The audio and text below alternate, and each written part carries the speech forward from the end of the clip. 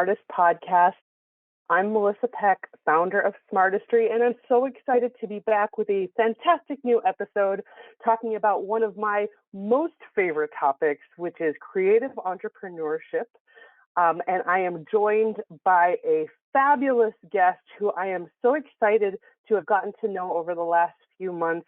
We've been trading like insider tips about creative entrepreneurship and war stories and all that kind of stuff. So it'll be great to get to chat more in detail. And so I'd like to welcome our special guest, Rachael Bosanquet. So welcome, Rachael. I'm so glad you're here. Thank you. Thank you so much for having me on the show. And also ditto back to you. It's been so lovely to get to know you these last few months. Yes, and in particular, it's so fun to talk to somebody that is in the UK, a place that is my home away from home and holds a very dear place in my heart. Oh, yeah. And I'm not too far from your family as well, am I? So, you know, I'm a local. It's so funny. It's so funny how that worked out of all the places. I know. So what I'm really excited about diving into with you today, Rachael, is how you have managed to forge a thriving business, entrepreneurial scale, coming from an arts business and really sort of a gigging career. So I would love to first sort of set the stage for our listeners and viewers about your professional career path and how it developed. So can you take us back to the start? I sure can. Okay, cool. So my career started, I'll start at degree level. I did a degree in professional musicianship at a place called Brighton Institute of Modern Music in Brighton in the UK. So I did my degree and I focused on vocals, singing. That was 3 years living in Brighton, doing my degree and just being part of the scene down in Brighton. It's quite a vibrant music scene down there. So I was doing a lot of things actually. I was doing promotion, like promoting gigs, putting on gigs for other artists and promoting them. I was performing as an artist myself, and doing lots of songwriting, co-writing with people as well. Whilst doing that, actually, I was also working already as a gigging performing vocalist as well. I was very lucky that I sort of got into an agency quite young. I think I actually started when I was like 15 or 16. And my first gig was like miming keys for a gig. And I remember playing, miming along to the song, and the drummer sort of tapped me on the hands and was like, your hands need to be down that end of the keyboard, because I was like up the top and it was all like doo-doo, bass notes. But yeah, so I started gigging at a really young age, doing like corporate events and parties, like what we call a function band over here. So yeah, doing all that kind of stuff. And then when I came out of my degree, I just sort of went into like a full-time-ish musician job where I was gigging like a lot, and I was working in an events office 2 or 3 days a week, I think it was, as an event coordinator. And then I was also teaching singing as well.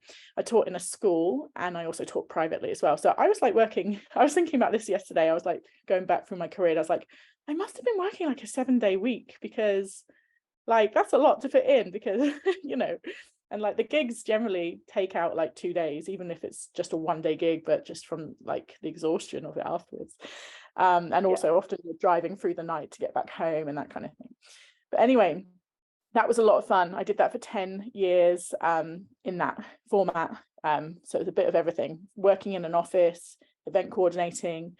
I might be on the weekends, I'd either be event coordinating at an event or I'd be performing at an event, and then teaching as well.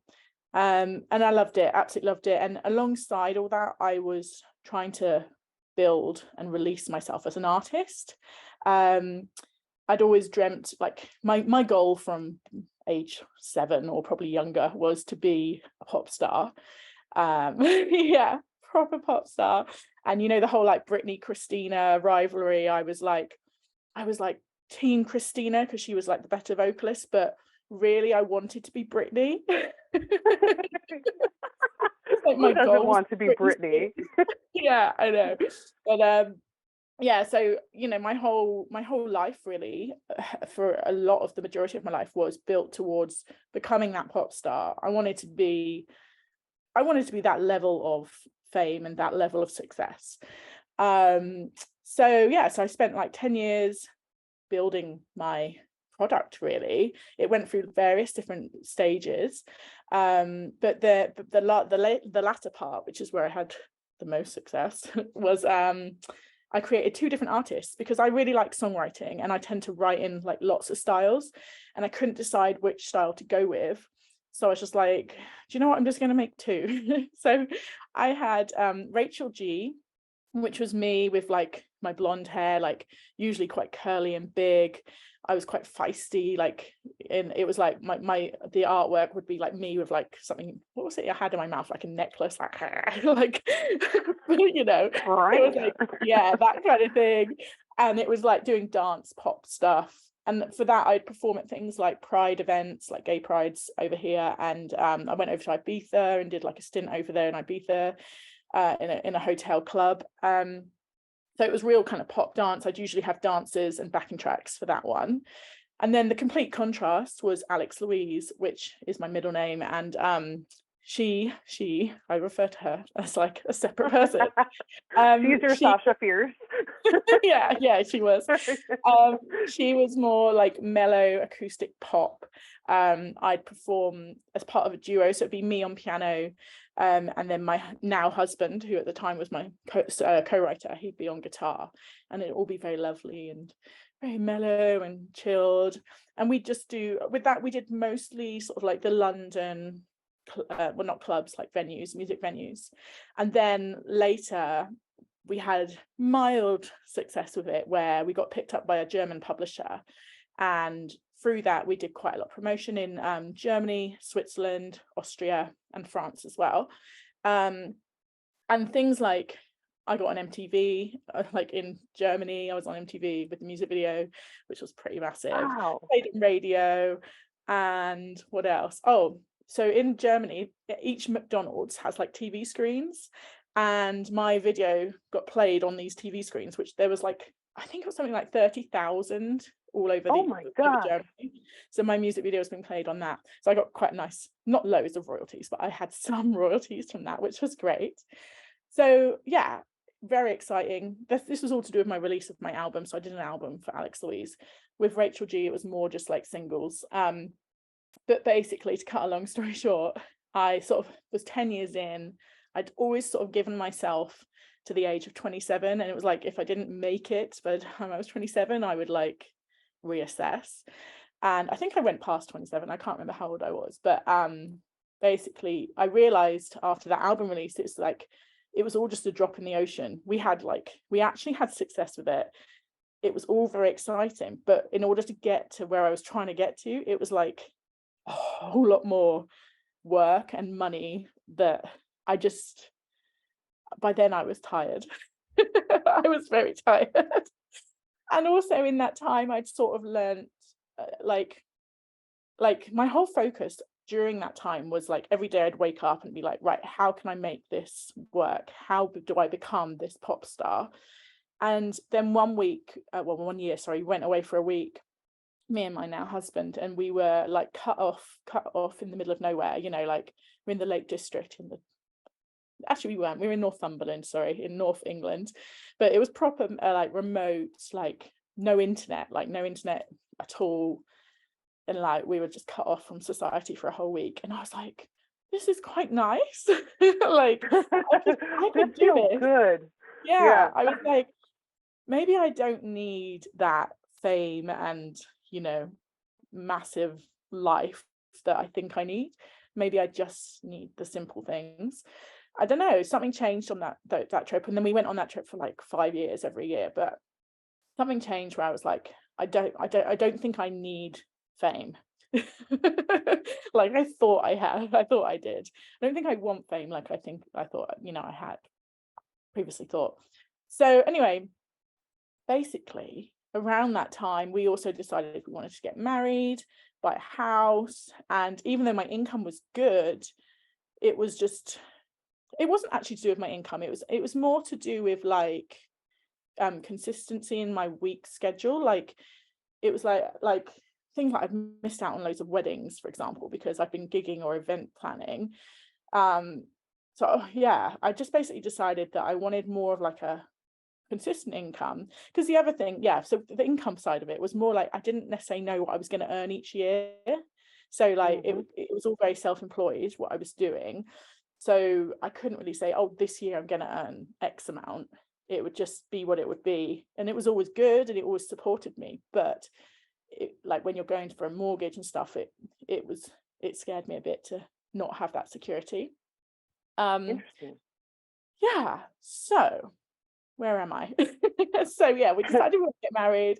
I decided I wanted a more sociable structure to my week. So I then started working in London at an architecture firm as a personal assistant.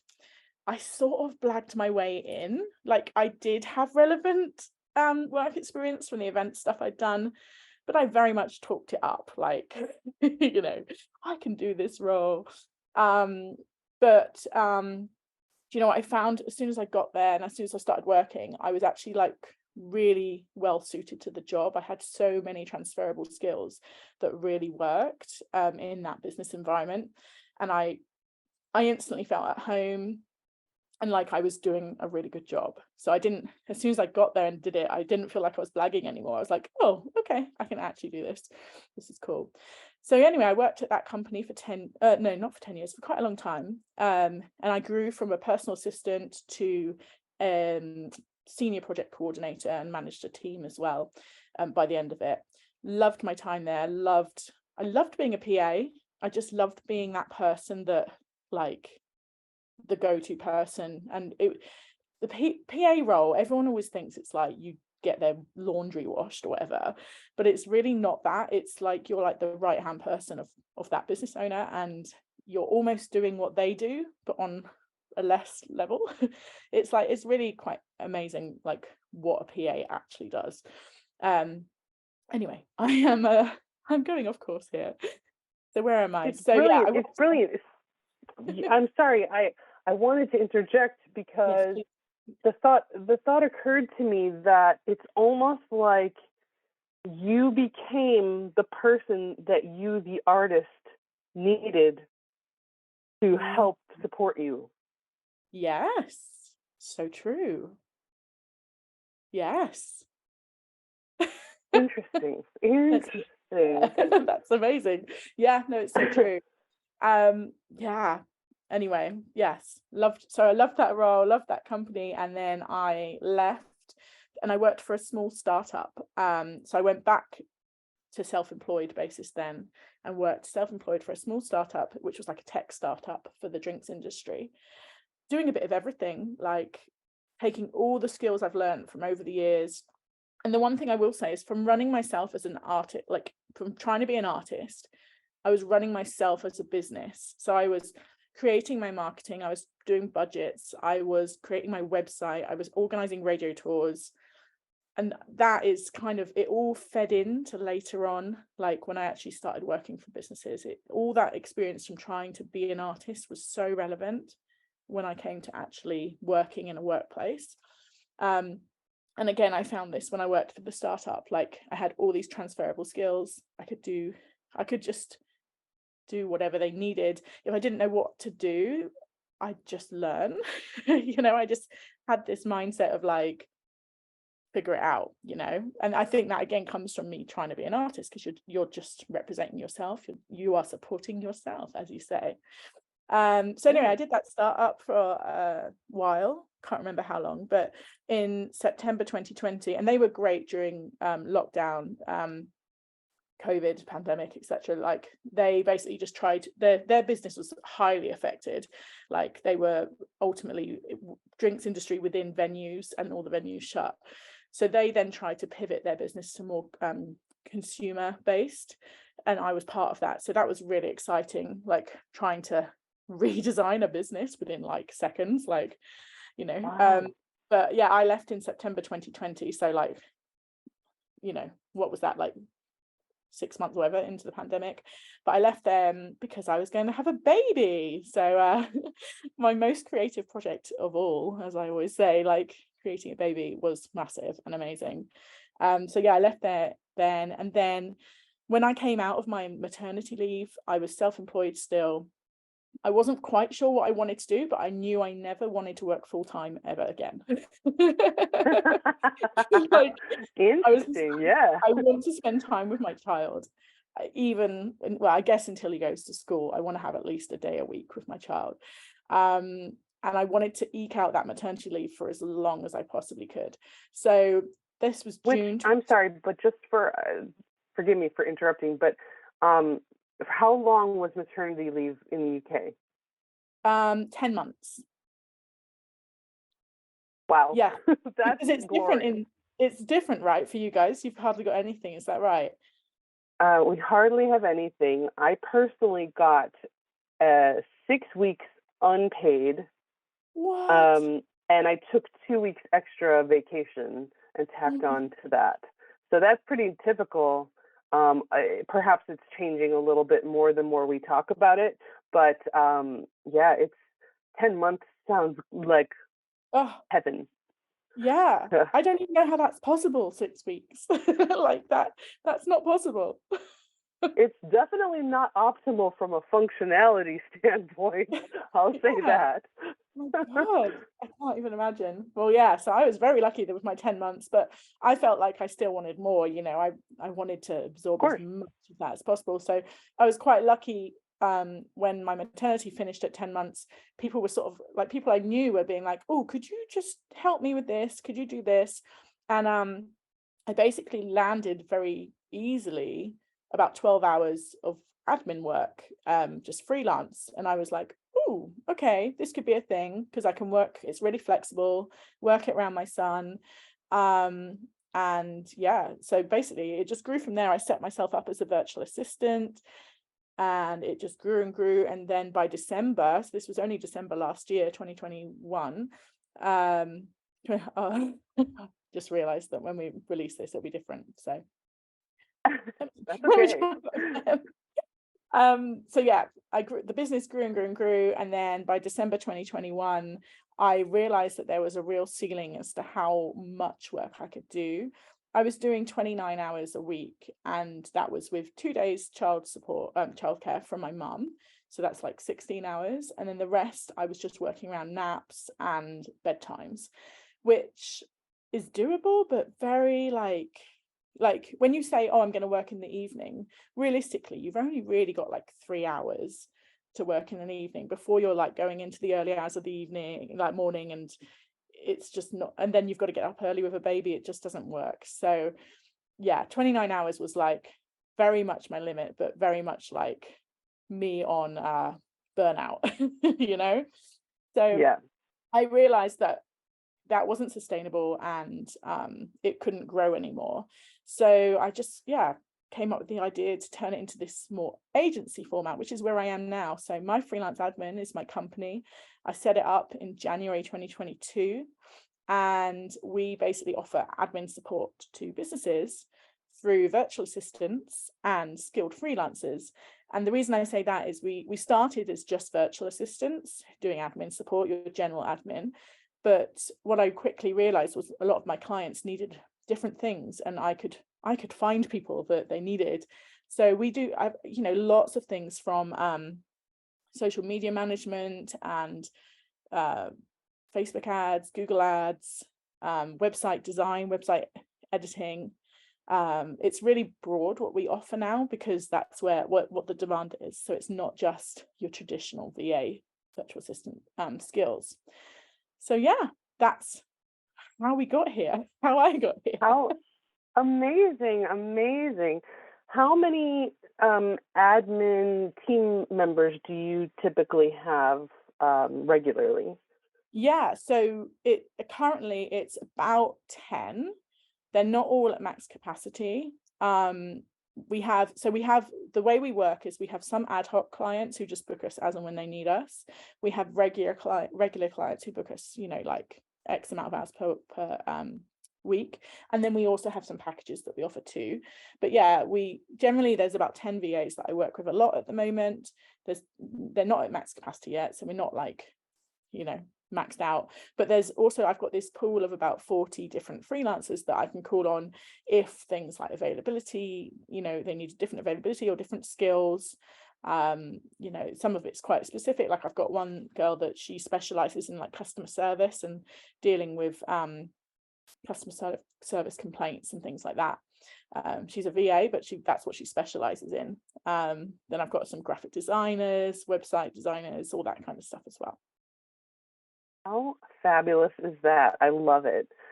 And so for your part, now that you're, not just a virtual admin, but also running the business and overseeing everybody, you told me when we talked, you think of yourself as like a solutions person. So what does that mean to you? So I've always I realized that I had this mindset when I started working for the architecture firm, where like something would happen, like the printer would break, for example, and everyone would panic and be like, oh my gosh, we've got to call the IT company who are like outsourced. And I was like, hang on a minute, why did we just try and fix it? So I would always try and fix it, or like someone's calendar stopped working, I'd try and fix it, and I generally would fix it just by Googling it, funnily enough. But but it was just more my mindset always went to like, okay, well, how can we fix this? And I actually, in that job, for some reason, at some point in my career there, they added in-house IT to my title. I think at one point I was personal assistant and in-house IT, something like that anyway. And it was like, really? I'm really not IT. But it's just more the way I think is very much like, right, how do we fix this? And that, it applies to my business now. That's what I'm doing constantly, really. Clients come to me with like, I need this end result, and then I'm like, okay, so how do we get there? What do you need? These are the people you need to do it. Let's go. Like a boss. So in many ways it sounds like you come at all of this work and your past experience, especially in like corporate, from a like the show must go on perspective.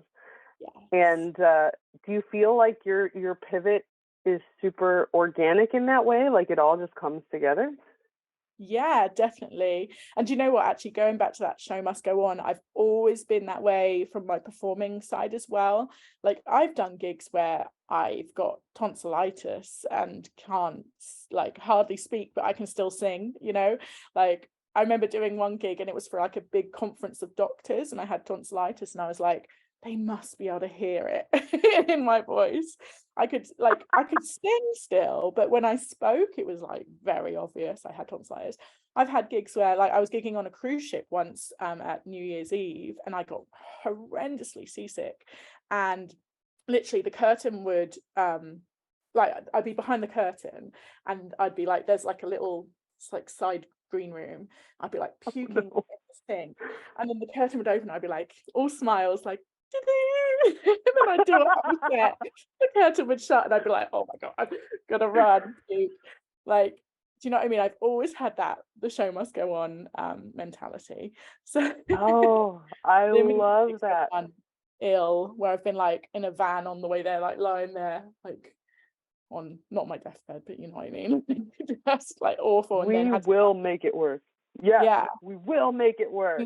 But yeah, the pivot, sorry, going back to that, the pivot from singing to entrepreneurship, yeah, it just felt, I don't know, it just felt so natural. And I realized that yes, I am a creative person and I have that passion, but I also really excited about admin well, and processes like really excite me, like how something is done. And then I'm really excited about businesses and helping businesses. So I realized I was just really passionate about other stuff, not just music. That is such a valid, important point. I think to understand that our passions evolve and expand. And like you were saying, when you went on that off the grid holiday with your husband, like what makes your heart sing isn't only one thing, and it doesn't have to only be one thing forever. Mm-hmm. So what would you say, because I know that there are a lot of artists that reach this sort of crossroads, and this is something that I talk a lot about on the podcast, is like when you find yourself at a crossroads of dealing with your burnout, or, you know, finding that you don't love the art enough to do the really gritty stuff that it drains us, right? Or like you simply run out of money to become a pop star and to do all that marketing and stuff, like it's just not feasible. So what would you say to those artists who similarly reach those crossroads and feel like they're letting themselves down or selling out, or, you know, leaving one thing behind in order to pursue another? I would say it's really important that whatever you go and do, it's something like, find your passion and find what you enjoy. Like, if it's related to what you're doing, then brilliant. If you can find a way to make money and it's related to what you're doing, amazing. If it's completely unrelated, then yeah, find what makes you still excited. And the one thing I would say is, just because you're stepping away from your creativity, it doesn't mean that then your creativity becomes something you have to do for free. Like, what you do is so valuable. And you know, most people would go, oh, okay, so I'm working 9 to 5 now, but I still want to sing on the weekend, but so I'll do a free pub gig. There's no way you should do a free pub gig. And then if anything, you should be paid more, because like, you know, you'd have to spend extra time, like, because you're not in it all the time. You'd have to spend extra time prepping for it. So yeah, I would say, yeah, find your passion, find what you enjoy, and don't, what's the word, like, don't, I don't know what the word is, but don't undersell yourself. You're still valuable, and you're still worth it on a creative side. I hope that makes sense. Absolutely. And I don't, the other thing that comes up again and again is that there's no measure of success.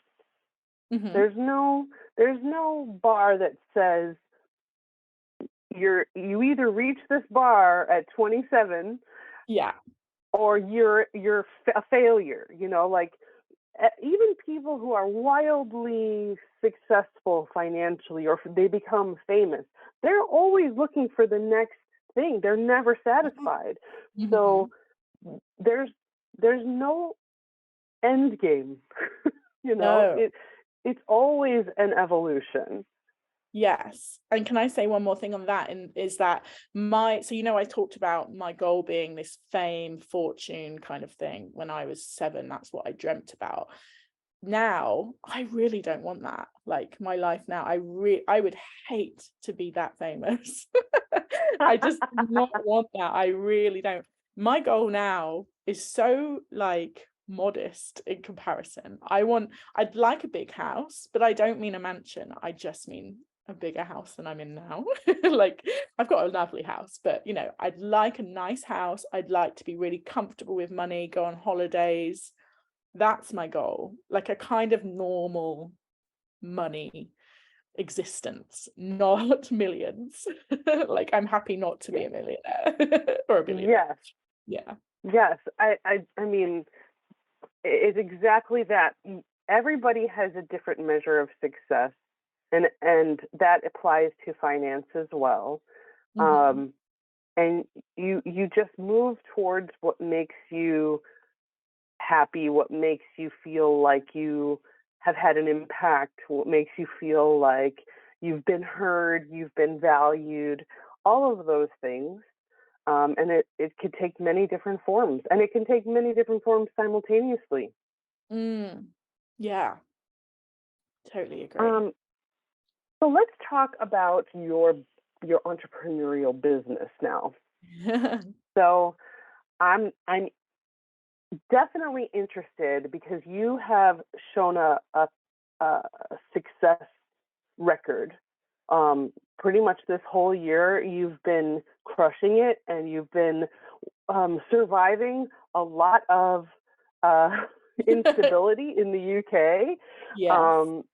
And, kudos to you for all of your flexibility and your persistence.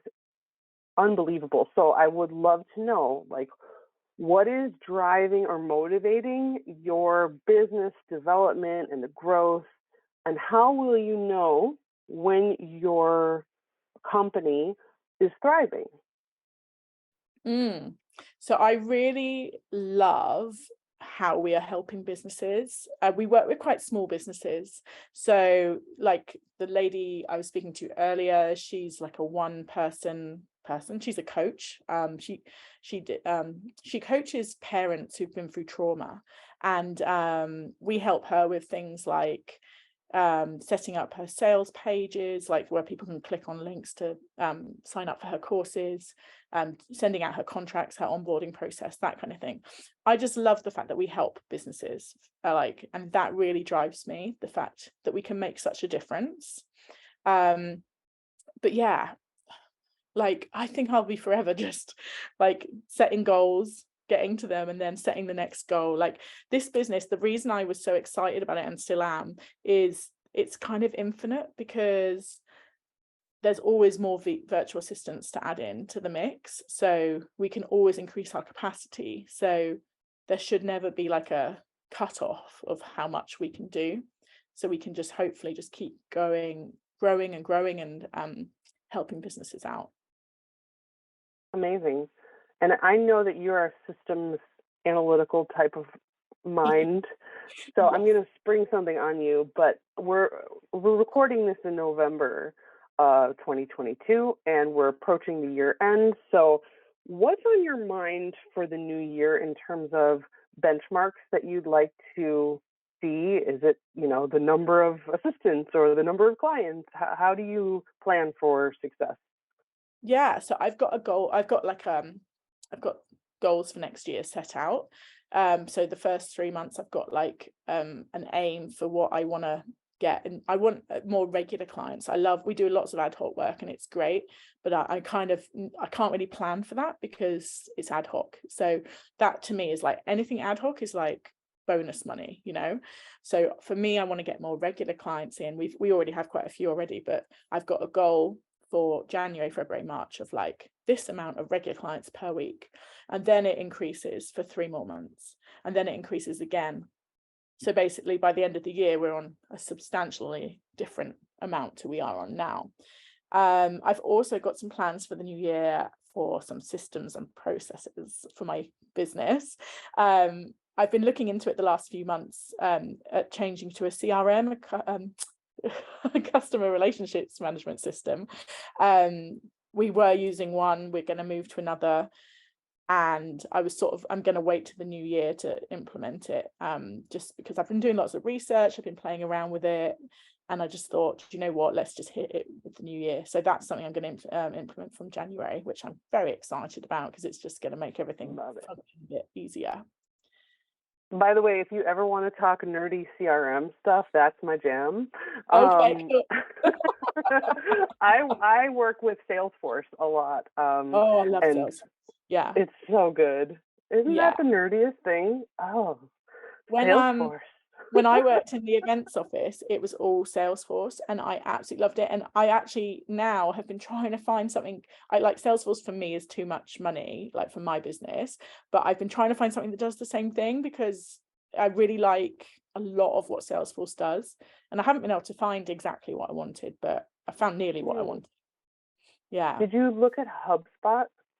I did, and that I'm actually on HubSpot already, but on their free version.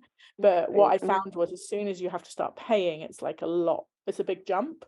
I'm going for Monday.com. I don't know if you have that in the US, but but I'm going to look at it.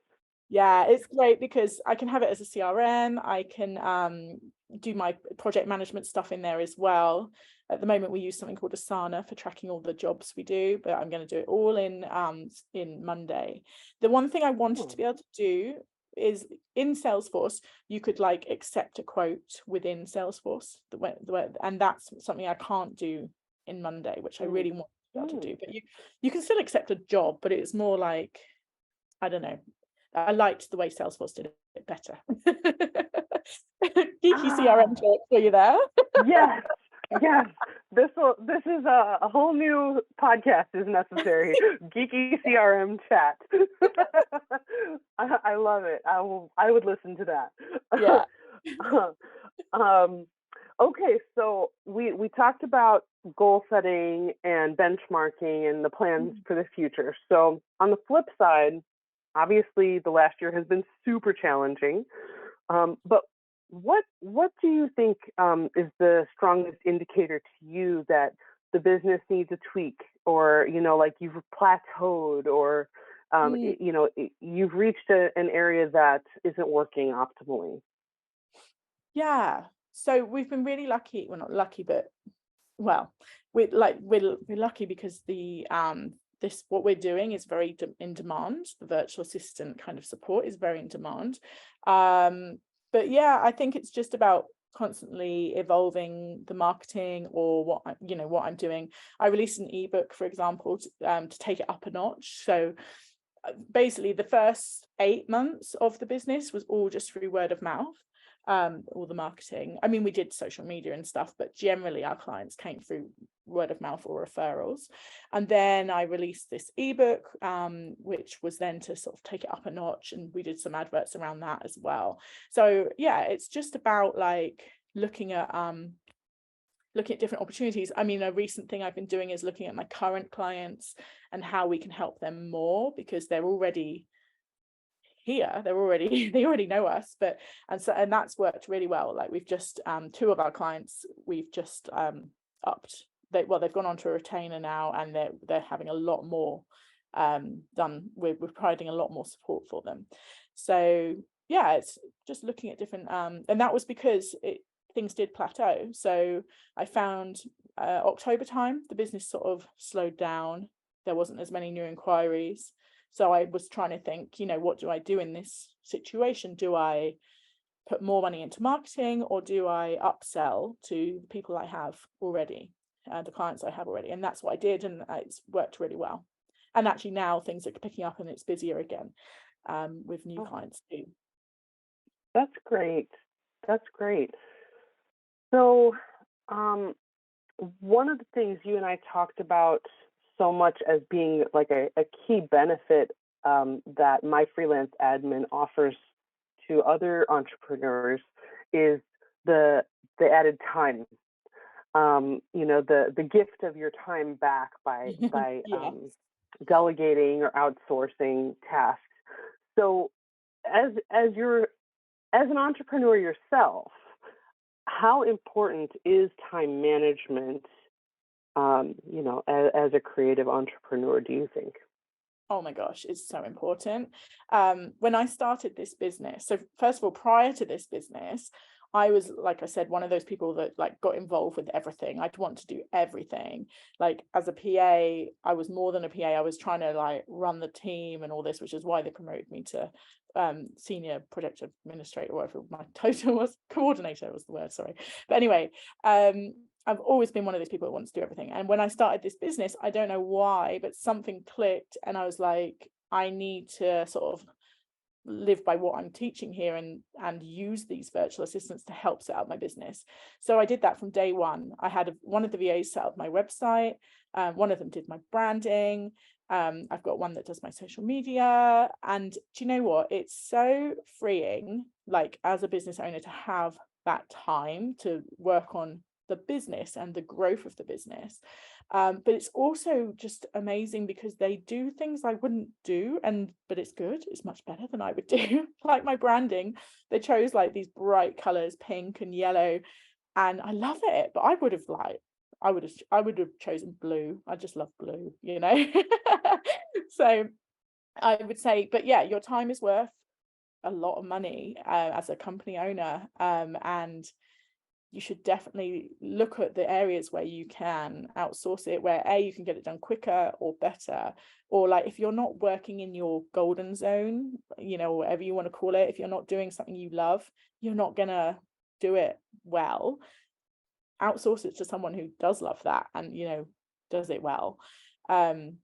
one thing just to add as a caveat is when I started my business, I was already working as a VA, as I said, and I had clients to bring over. So when I started my business, I already had clients and we were already running, so I could afford to do that. So I realized when most people, when they start a business, they don't have money necessarily to chuck into outsourcing, but I was really fortunate that I could. But I would just say that, like, really think about what your time is worth, and how much a certain task would cost you or cost the business, and what you could be doing with that time, like growing the business or focusing on whatever makes you thrive. Yes, it's an investment. It's a cost that happens before you earn back. So I hear that, and of course it makes me like, oh, there's a long list of things that I do by myself that I would love help with. So we'll continue talking. One thing I was going to say was, like, if I had have done everything myself, I'd still be creating the business now. The reason why I could set up and run so quickly, like, I think everything was ready to go by like February. So 1 month in, I was ready to launch, and I only could do that because I had support, whereas otherwise I would still be like building my website now. Maybe not now, but you know what I mean. I'd be much further behind now if I hadn't have used the support I had. Okay, so we are highly control-minded individuals, shall we say? Mm-hmm. So how did you relinquish the need to control the individual specifics? Did you have some sort of style guide that you shared with all of your assistants or the people that helped you? How did you let go of that? Gosh, I don't really know, to be honest. In those early days when it was about branding, what did I do? I think I gave them some guides of what I envisioned it to be. I gave them some keywords. So from a branding perspective, I sat quite far back, but I did give them some guidance. But in terms of now about how my business runs, it's all about the processes. And this is what I say to my clients as well. If you put the work in now, or before you start working with someone on building the process of how you want something done, they're literally just following the steps. And there's no room for error there. There shouldn't be any kind of interpretation of what you're trying to achieve. And that's one of the packages actually I run with clients now. It's called our Setting Up for Success package. And that's what I run, where I deep dive with our clients into their admin processes. And we do a really deep, detailed meeting over Zoom. They get a copy of the minutes, which are always really long and really detailed, but then what they also get is a document to take away with their top admin processes to implement, and the idea is then that they can implement that with their team, or they could get an employee, they could get a VA, but I'll always pitch and be look, I can provide you a VA or a team to bring this to life. But putting in that work on the processes and knowing exactly how you want something done is so important in order to get the result you're going for.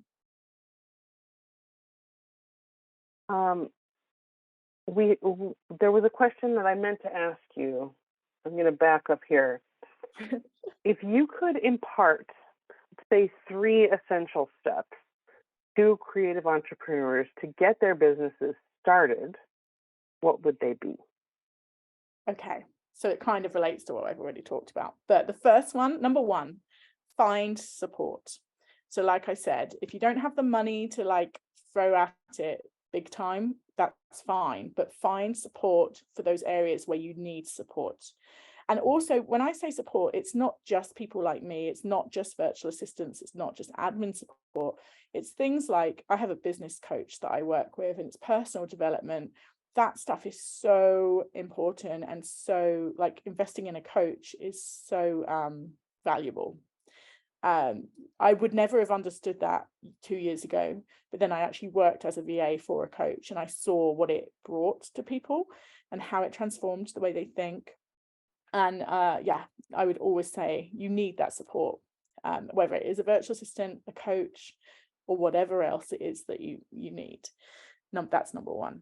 Number 2 is be open-minded. So like we were just talking about, just be prepared to let go of things you don't You don't have to do everything, but be open-minded. It doesn't all have to be done the way you think it needs to be done. Just putting that out there. And then the third thing is more practical. Do some research. What else is out there, like what you're doing? What are you going to do that's different? That's really key to do. Just finding your USP or unique selling point. Ooh, love it.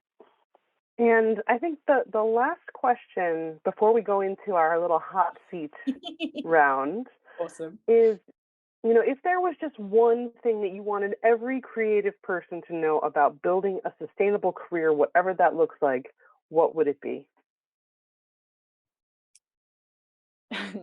The one thing I want them to know is that it can be done, and they've just got to find their way of doing it.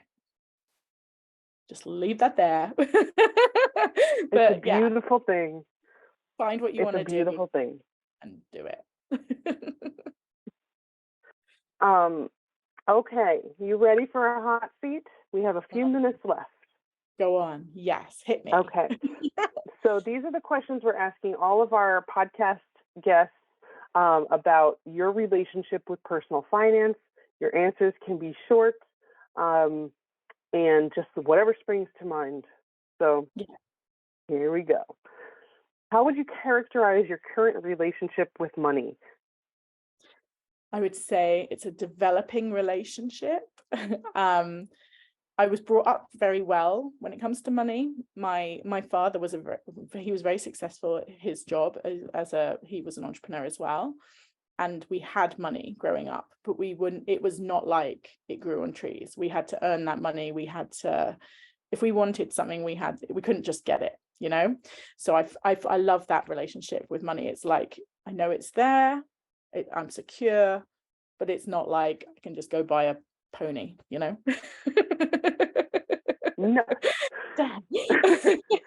Okay. If you were to describe your financial habits, how would you characterize those? So my financial habits, this kind of contradicts what I've just said, but my personal ones are quite excitable because I really love not necessarily spending money, but I love paying people. So this is what I found in my business is like, I just have such a joy with paying people on payment day when I pay those invoices. But it becomes a bit of a habit and a bit of an addiction, really. It's like, oh, if I give them this job, I can pay them. Which is why the relationship is a developing relationship, because I'm sort of learning how to live with money or use money. Do you find that same joy in paying yourself? No, I like paying other people. Interesting. That's why it's developing. Got it. Okay. Well, that is how you build a team of raving, loyal teammates. Yeah. Pay them. Okay, so what's your biggest area of financial or lifestyle struggle, if it's not that? Yeah, I was just going to say, like, holding back, like, I've learned a lot in the last few months about budgets, actually in the last year. So I started working with my business coach earlier on in the year, and one of the things we talked about a lot was budgeting. And it's not until now that I'm actually implementing it and understanding it. It's taken me quite a while, but I'm loving it now. But yeah, holding back and not overspending. The way I do it now is basically I look at each month. At the end of the month, I see what I've earned in my profit, and that helps me set my budgets for the next month. So I'll spend this percentage of this on marketing, this on this, this on this. So it means I'm living in like real time rather than going, right, I'm going to spend X amount on marketing, X amount on this. So that's been a bit of a struggle getting to that point, basically. But that's a very grounded approach for a business. So you're staying very current. That makes sense. Yeah. Okay. are you, this is kind of different because you've pivoted, but are you or have you been able to support yourself or your household financially with your creative work and your current work? Yeah, so I actually am still gigging as a singer. I always say that I try to do one a month to keep my foot in the door, but realistically I do more. Like I think this month I'm doing like 5, and like over the summer I was doing like 10 a month. But I want to do at least one a month. So yeah, and that, do you know what, that is so great, having that extra income. And that's one thing I loved about how before I talked about how I didn't know what I was earning. So yes, part of me didn't like it when I was coming to apply for a mortgage, but part of me loved it because it was open-ended. Because I looked at my friends who were employed, and they knew they were earning X amount per year, and that was it. Whereas I could be like, do you know what? I'm going to take on 10 more gigs and I've got this amount. So I love that now. I've got my business and then I've got my music, which I can top up my income with. So that's really cool. Yes, that's funny. And your art is now your side hustle, whereas Yeah. that's so fun and freeing, and it Yeah. makes it feel like, oh, it's a bonus. Yeah. That's It is. great. I love that. What is your vision of a perfect work-life balance for your Mm. future, and what do you think it would take to get there? So I'm really excited about my business, as I keep saying, and the future for that business. And I could see it running relatively easily with me still being involved. But, once it's bigger, I could literally have account managers for the clients, and I could literally just be running the business and someone managing the VAs.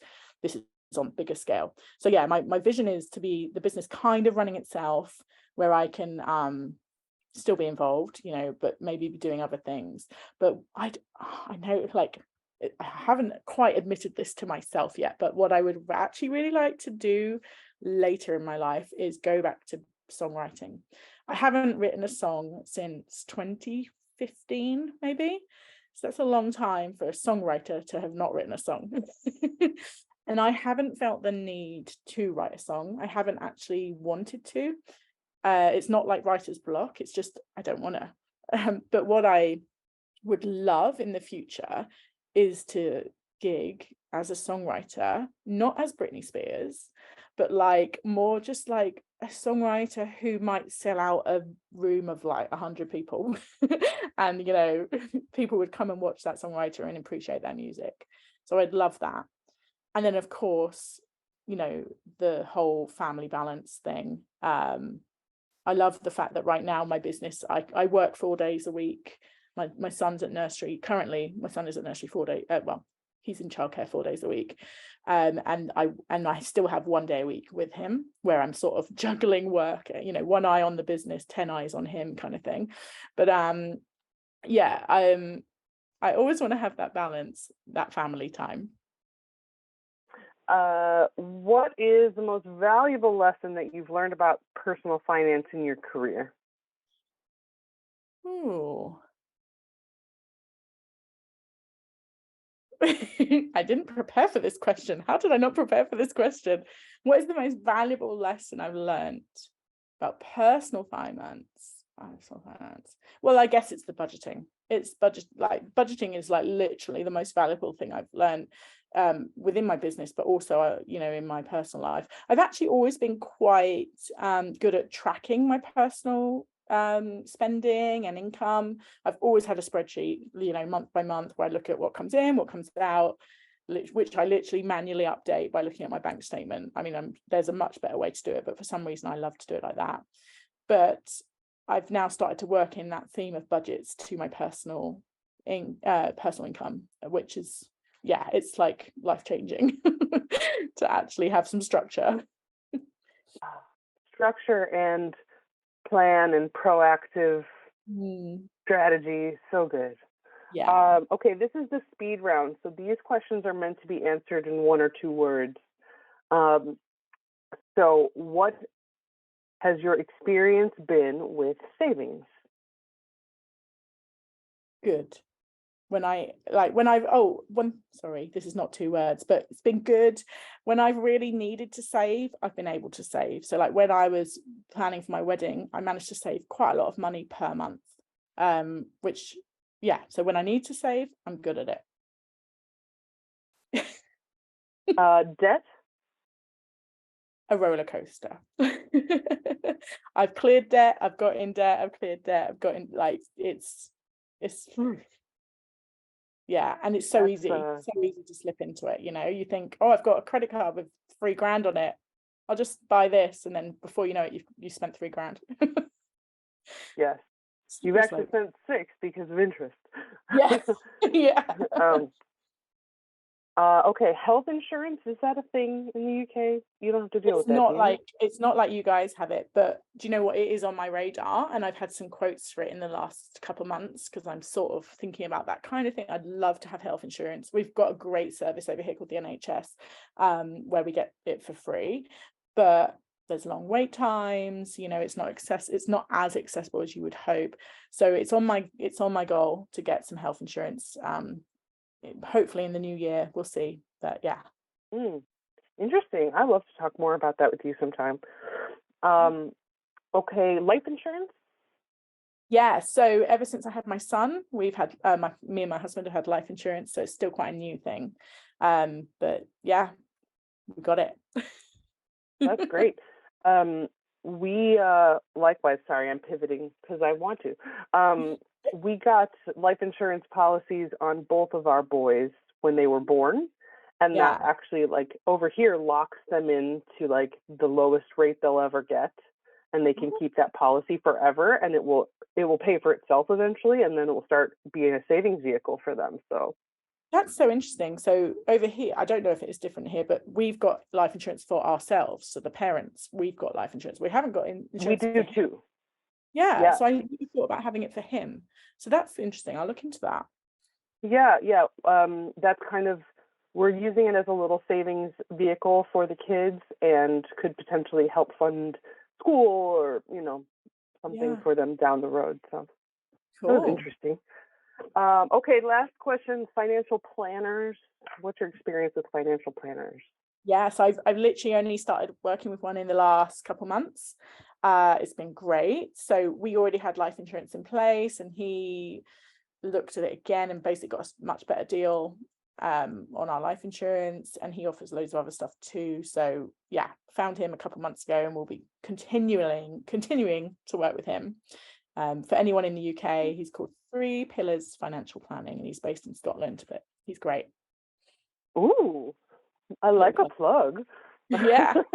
Okay. All right. The very, very last question. What is next for you, Rachel, and where can our audience find you and MFA and all the good stuff that you're doing? Awesome. So what's next is just building over the next year. So building our capacity and building up more regular clients, continuing to do the ad hoc work we do. So that's what we'll be doing. And where can you find me? So you can come to my website, www.myfreelanceadmin.com. From there, you can see what we do. You can sign up to our newsletter. You can link to our social medias. Just, come and connect, get in touch, because I'd love to know who's listening and know what you think. Oh, that would be brilliant. And I do want to tell everybody that is following Smartistry that Rachel and MFA are offering us a very generous discount offer for Smartist. And you can get 50% off of your first hour of services from MFA, whatever that looks like. And you can use the code that we're going to put right here to submit that and book up some time and support with Rachel's company. And also, I'm going to put a link to the ebook that Rachel mentioned in the description for this podcast, so you can check it out, download it. It's a free ebook. Rachel, remind me what is covered in the ebook. Yeah, so it's designed for like really busy business owners who don't really think they have time to even stop and hand over their work. So it's called 3 Steps on How to Hand Over Your Work. And it literally takes you through these different steps and an exercise of like how to hand over and why and what to hand over. So it's quite a handy little ebook. I am going to download it myself and read it thoroughly. So thank you for that, Rachel. Thank you so much for your time. This has been a delight. And I can't wait for our listeners to hear it and to hopefully reach out and get some support on growing their business, whatever that is. So thank you again. Thank you. Thanks for having me on. It's been awesome.